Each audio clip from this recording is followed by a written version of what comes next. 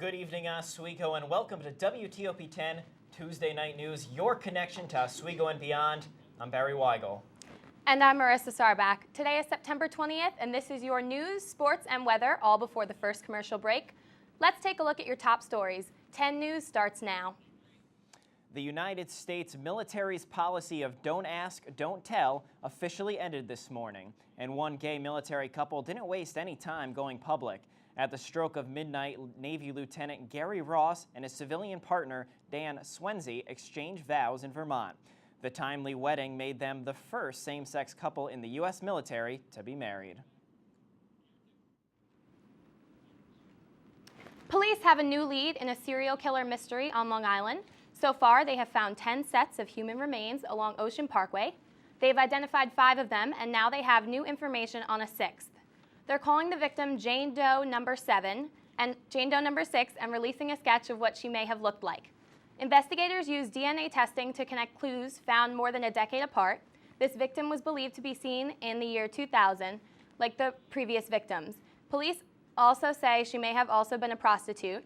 Investigators do believe a serial killer or killers is responsible for these deaths, but no suspects have yet to be named. And now we're going to send it outside and check our current conditions with meteorologist Julie Budd. Julie, what's it looking like out there? Good evening, Oswego. This is WTOP meteorologist Julie Budd taking a look at your current conditions outside the studio right now. We're experiencing clear skies and not too much of a cold temperature. You take a look at the satellite image right now and you'll see that there's nothing that's affecting us right now. But maybe something in the next couple of days. If you look at our futurecast, you'll see that it'll be 75 and sunny tomorrow with some rain later in the week. Back to you. Thanks, Julie. An international plea to save a Georgia inmate on death row fell short today. The Georgia Parole Board denied clemency for Troy Davis. He is convicted in 1991 of killing an off-duty police officer from Savannah, Georgia. As Cheryl Castro explains, now Davis is set to die by lethal injection tomorrow.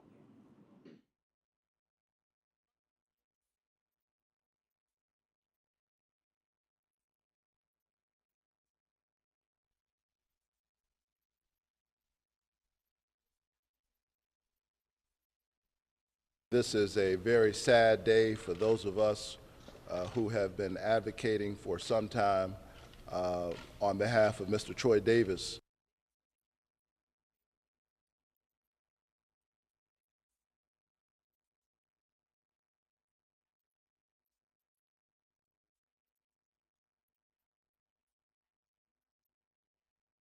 We cannot believe that the Board of Pardons and Paroles is allowing a person to go to his death despite the fact that serious doubts about his guilt remain unresolved. The only thing I could think of, well, justice is done. That's the way we look at it, and that's what we wanted. The future that we would have had together was taken from us, and the future that he would have with his family was taken.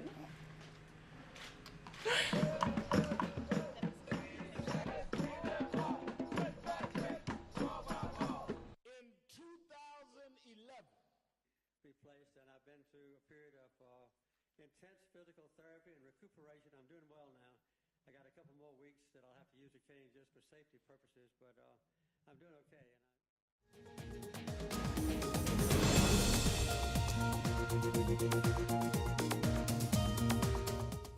About 80,000 residents have been ordered to flee, and more than 1 million people were urged to evacuate Nagoya, a city in central Japan. According to city officials, despite these evacuation warnings, only about 60 people had evacuated by this afternoon. More are expected to leave as the storm comes closer. Typhoon Roke was packing winds of over 115 miles per hour and was predicted to make landfall with heavy rain sometime tomorrow. An Afghan political figure considered vital to peace efforts was assassinated Tuesday, officials said. Burghadid Rabbani died when a suicide bomber detonated inside his home in Kabul. Rabbani was long considered crucial to coalition efforts to bring Taliban leaders to reconciliation process. The loud explosion prompted temporary lockdowns at the nearby U.S. Embassy and NATO's International Security Assistance Force headquarters. Rabbani has been heading the United National Front Party, the largest political party that stands in opposition to President Hamid Karzai. And now we'll see what's going on in sports with Stuart Seidel. President and athletic directors from Cincinnati, Louisville, Rutgers, South Florida, and West Virginia are expected to meet tonight to discuss the state of the Big East Conference. This comes as a response to Syracuse and Pittsburgh recently being accepted into the ACC Conference. UConn will not be attending because they are focusing on lobbying for their entry to the ACC. Villanova is one of the schools that would like to be considered as the candidate for the Big East for football and are looking for an invite to the meeting. Villanova is already part of the Big East Conference for basketball. And that's all for sports. I'll be back much later in the show, but for now, let's send it back to the news desk.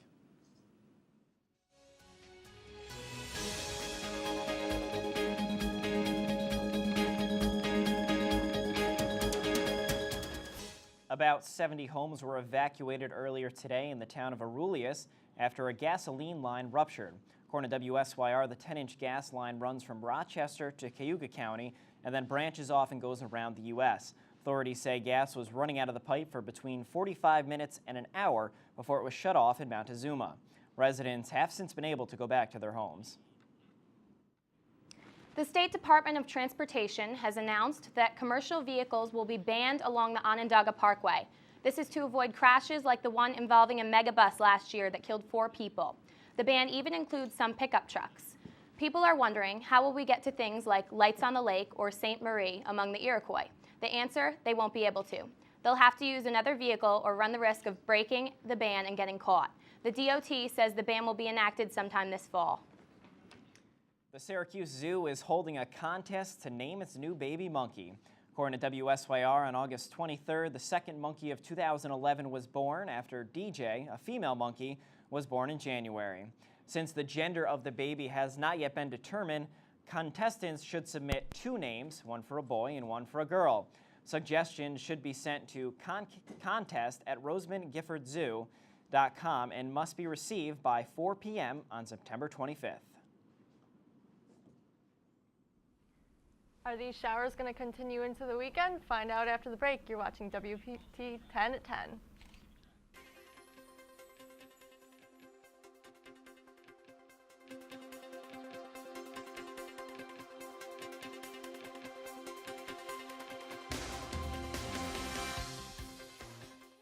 Oswego MBA program, helping you achieve your goals with a customized curriculum developed with fflexibility in mind. Take classes year-round, full or part-time in Oswego, online or at the Metro Center in downtown Syracuse.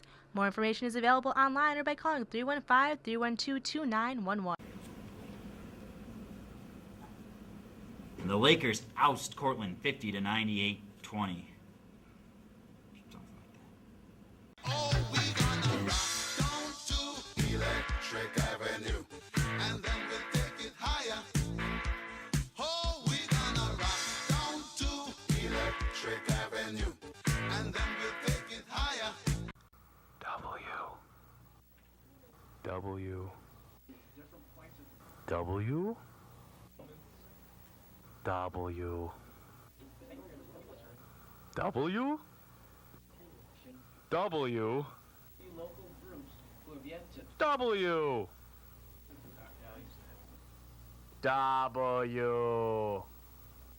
TOP. Well, now I'm Naked Cowboy, coming to a town you're watching WTOP TV 10, Oswego, New York. I'm Naked Cowboy.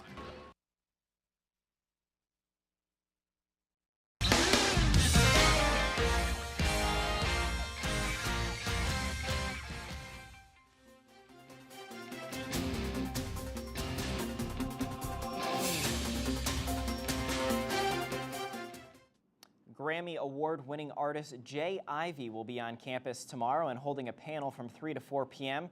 in room 201 of the Campus Center. The panel includes a discussion of Ivey's hip-hop poetry and music recording experiences. According to the school's release, Jay Ivey is a pioneer and trendsetter who has knocked down impossible doors, taking the art of poetry directly to mainstream music and television arenas. Tomorrow from 6 to 9 p.m. in the Campus Center food court, Alana will offer a celebration of diverse music and dancing. There is also an opportunity to participate in Zumba and more. On Thursday, September 22nd, from 12:45 to 2:10 p.m. in room 210 of Tyler Hall, students will discuss and tour Crossing the Boulevard. At 3 p.m. in room 201 of Campus Center, Jay Ivey will be giving a presentation. He appeared on Kanye West's Grammy-winning College Dropout album. On Friday, September 23rd at 3 p.m. in room 133 of the Campus Center, the African Student Organization will inform about an organization that collects money to build schools in impoverished areas of Africa.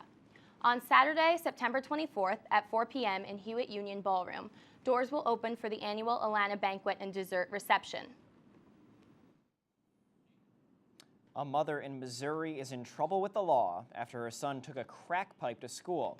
Officials say the kindergarten student took it in for show and tell. Betsy Webster has the story. Can I ask you who you're with?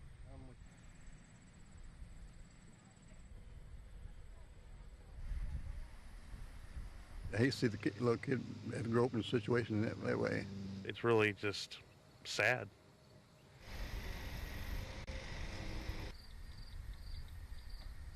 It kind of makes you wonder why parents would leave something like that out for a child to get a hold of.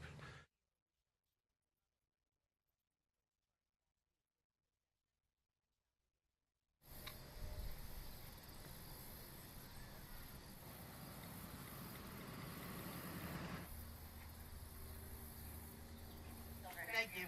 Yeah, thank you. All right, thanks. Do you want it? Should I?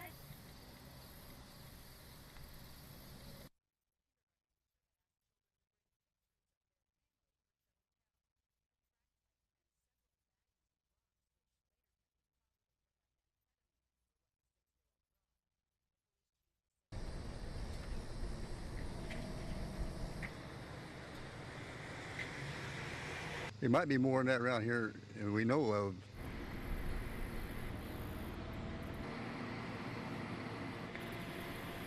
Unfortunately, meth nowadays attacks every neighborhood. It doesn't have to be a trailer park or a bad side of town.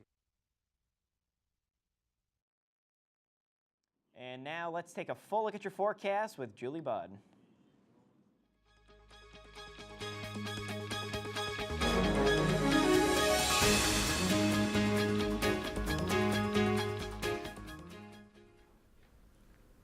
Good evening again. I'm meteorologist Julie Budd. We're taking another look at your current conditions. Right now you see that it's the temperature of about 54 degrees outside, clear, humidity 97%. There's some dew on the grass. Today the average high was 69 and our high was 68. So you can see that it's very close to normal. 52 is the average low, 59 is the low for today. Record 90 degrees, that sure would be nice, but that's not what we got to experience today. As you can see, the sunset happened at 7:08 p.m. and the days are getting shorter and shorter. As you can see across our region, we have mid-60s, a couple of the upper 50s up in Watertown, Plattsburgh. Our high for today was in New York City, 68 degrees. As you can see, our WeatherTap National Radar is nothing too much going on in the New York State region, but over Minnesota we have some showers that will be affecting us in the next couple days. Taking a look at the northeast satellite, you see this water vapor up here affecting the Great Lakes region. Nothing in our area right now. As you can see from the water vapor satellite, again, here's this low pressure system. It's got lots of moisture and precipitation involved with it, but that won't be affecting us for the next 2 days. Tonight, 11 p.m., this is what it'll be looking like outside. No clouds, no rain for our area. 8 a.m. tomorrow when you're walking to class, again, nothing's going to be affecting you. Raincoat is not needed. It'll be nice and warm also, 75 degrees. 2 p.m. tomorrow, again, nothing to worry about. No water vapor in the atmosphere right now. Tonight, the low temperature is 55 degrees and it's clear and cool. There's a south wind, 5 to 10 miles an hour. Tomorrow, 75 degrees, sunny and warm. This high pressure system is moving in from the south and it's going to keep us warm for a little bit. Wind south 5 to 10 miles an hour. Tomorrow night, 62 degrees, rain showers, mostly cloudy. Again, winds south 10 miles an hour. Thursday, 71 degrees. Scattered showers. These showers are going to last for the next couple of days due to a low pressure system that's building in behind this warm weather. As we go on to our extended forecast, you see that Saturday and Sunday again is going to be rainy. Monday rainy, but pretty high temperatures for the rest of the week. And for Class Day forecast, it'll be nice and warm tomorrow. Yeah, it looks like it'll be a nice day tomorrow, except it's going to get a little cooler for the weekend, which is not what we like to see, right? Yeah, rain showers is no fun. At least we have one nice day, though. Yes. That's right.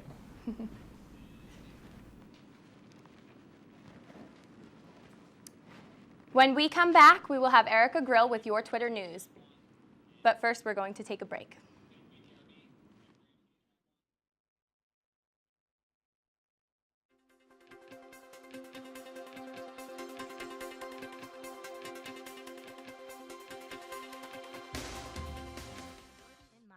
Take classes year-round, full or part-time in Oswego, online or at the Metro Center in downtown Syracuse. More information is available online or by calling 315-312-2911. And the Lakers oust Cortland 50-98-20.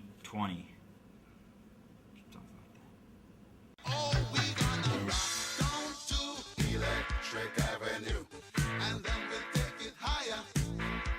Oh, we're gonna rock down to Electric Avenue, and then we'll take it higher.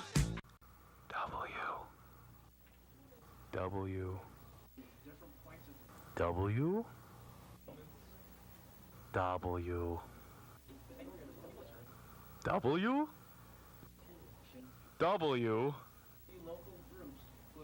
W.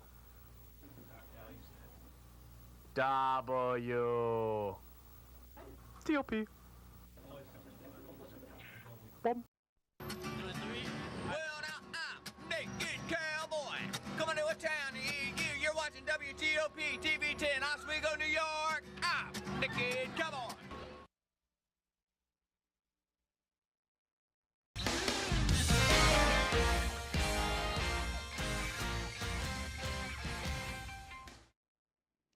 Now here's Erica Grill with your latest in Twitter news.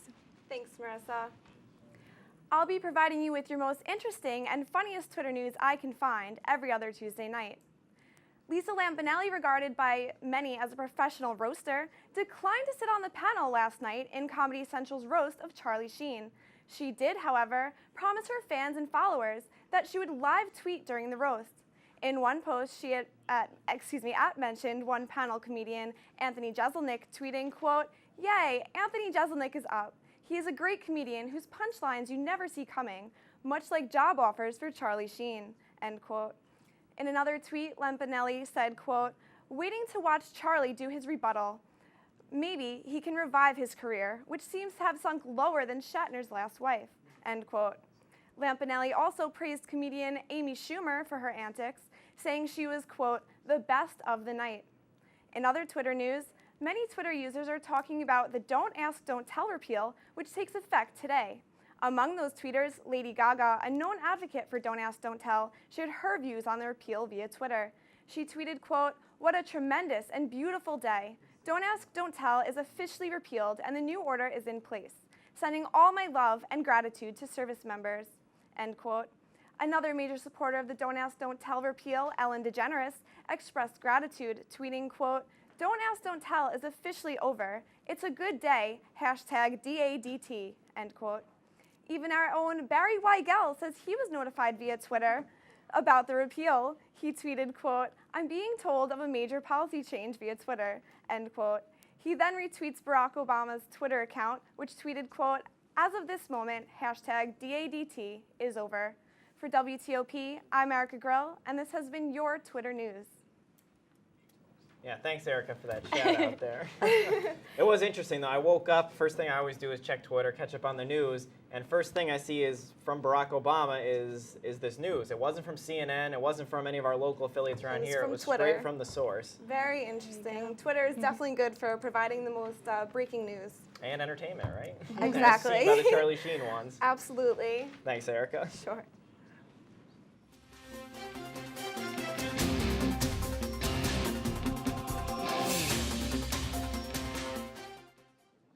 Details are being released in the case of a Saratoga County woman accused of stealing hundreds of thousands of dollars from the Charlton Fire Department. According to WSYR, Virginia DiCapria is facing 5 felony charges, including grand larceny, for allegedly stealing nearly $500,000 from district accounts. For 5 years, between 2005 and early 2011, DiCapria had sole responsibility for the Charlton Fire District's finances. 17 people were injured this morning in Harlem. Bricks came tumbling down onto a city bus when a wall and scaffolding collapsed. Construction worker Donald Carr escaped unharmed, but 4 other workers were hurt, 1 seriously injured. 4 people were injured on the street, including 2 police officers. 9 passengers on the bus suffered minor injuries. And now let's take a full look at sports with Stuart Seidel.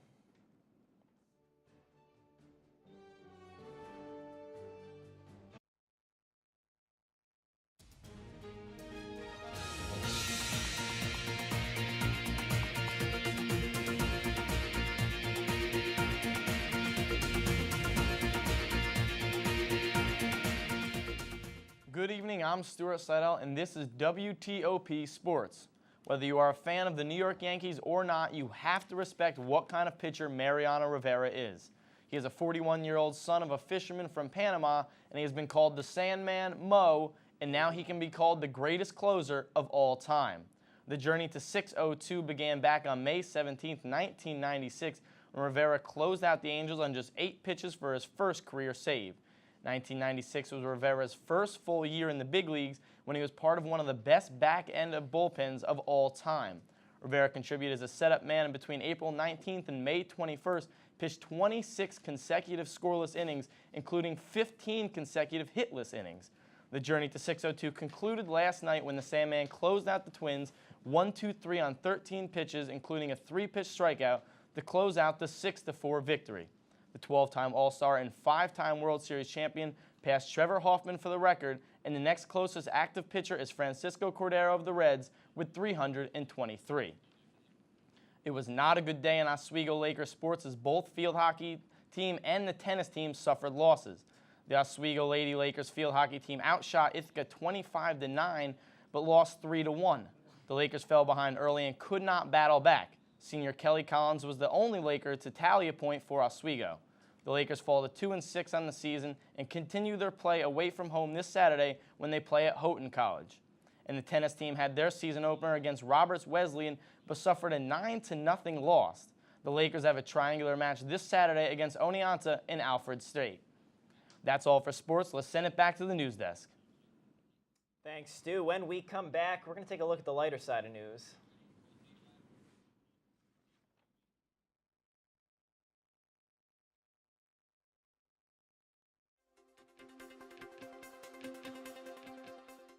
Oswego MBA program, helping you achieve your goals with a customized curriculum developed with its in mind. Take classes year-round, full or part-time in Oswego, online or at the Metro Center in downtown Syracuse.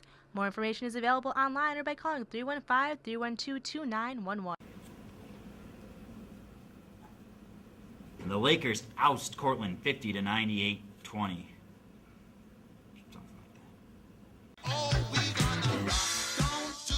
Electric Avenue, and then we'll take it higher. Oh, we're gonna rock down to Electric Avenue, and then we'll take it higher. W. W. W. W. W. W. W. W. TOP. Bum. Well, now I'm Naked Cowboy, coming to a town you're watching WTOP TV 10, Oswego, New York. I'm Naked Cowboy.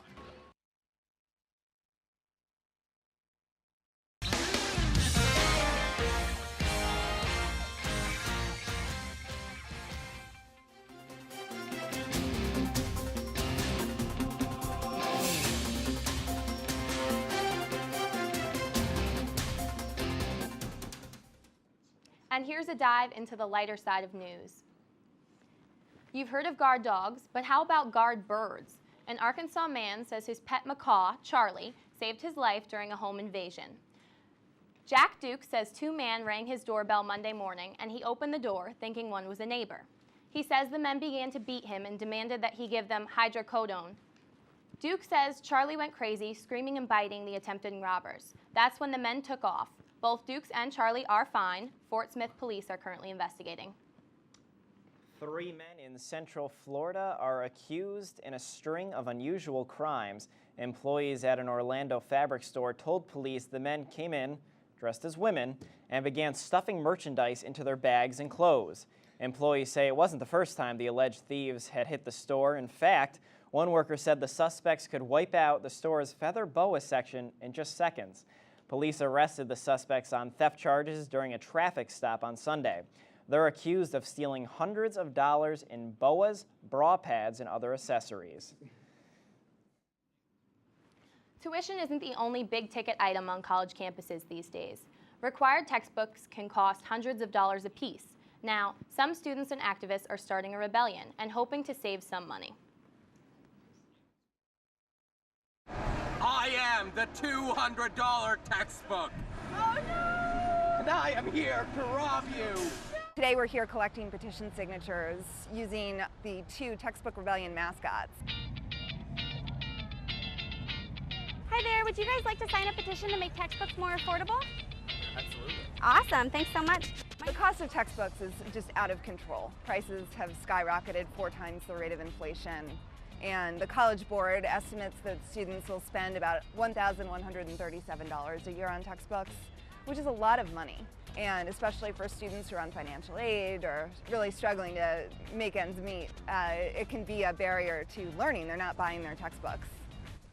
I know that we students need to pay for the copyright of the textbook, but I feel like there's some portion of the price that we pay is just given to the publishers that shouldn't be given. Recently I bought this one. It's called Accounting Textbook. It cost me $240.